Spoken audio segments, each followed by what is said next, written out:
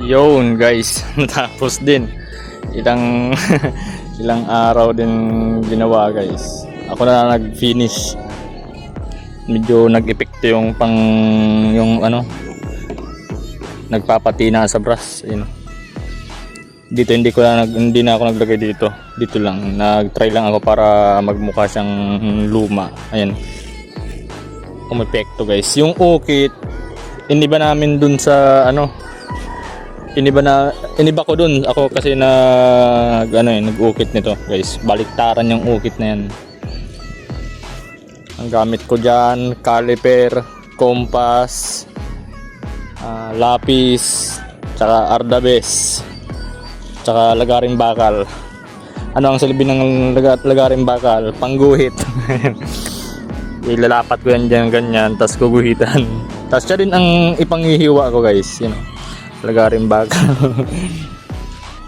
Yung pinaka pattern nito guys, ito yun,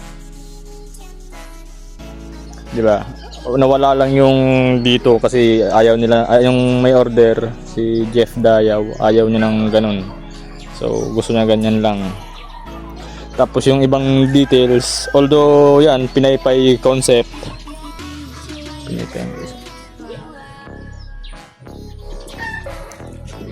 pero iba rin dun sa una. So 1 out of 1 talaga. Ano.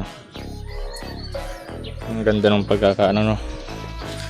Tapos yung sa blade, same lang din. Mas mahaba lang ito dun kasi ito guys, actually dapat 20 inches lang. So sabi ko kasi kay Master Labok, nung tinitiran niya na, sabi niya sobra daw, kaysa magbabawas pa kami ng kaunti lang, ganyan lang yun, no? Ay mga ganyan.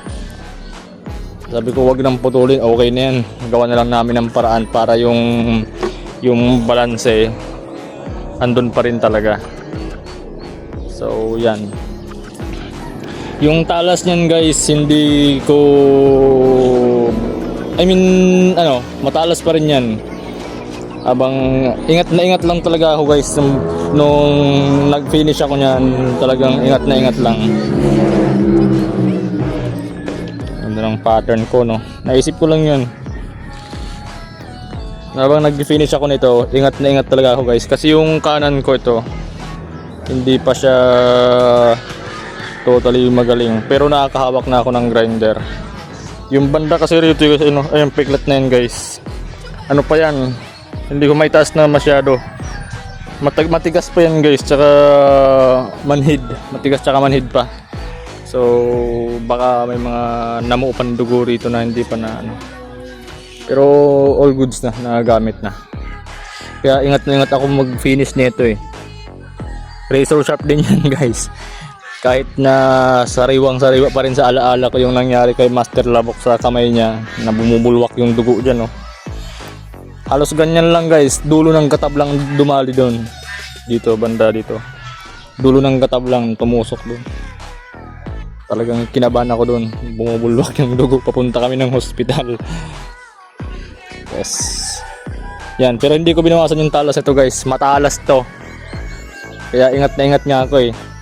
Kasi once na isang pagkamali lang, double blade yan, parehas matalas yan. So kahit aling side ng tumama, talagang may kakalag yan.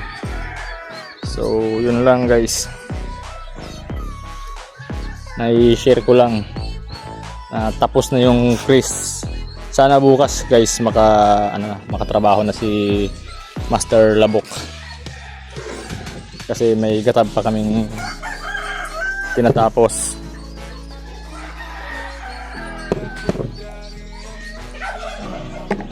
Nahuhulog ba?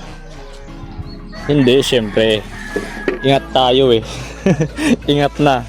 So yun guys, Jeff Dayaw tapos na.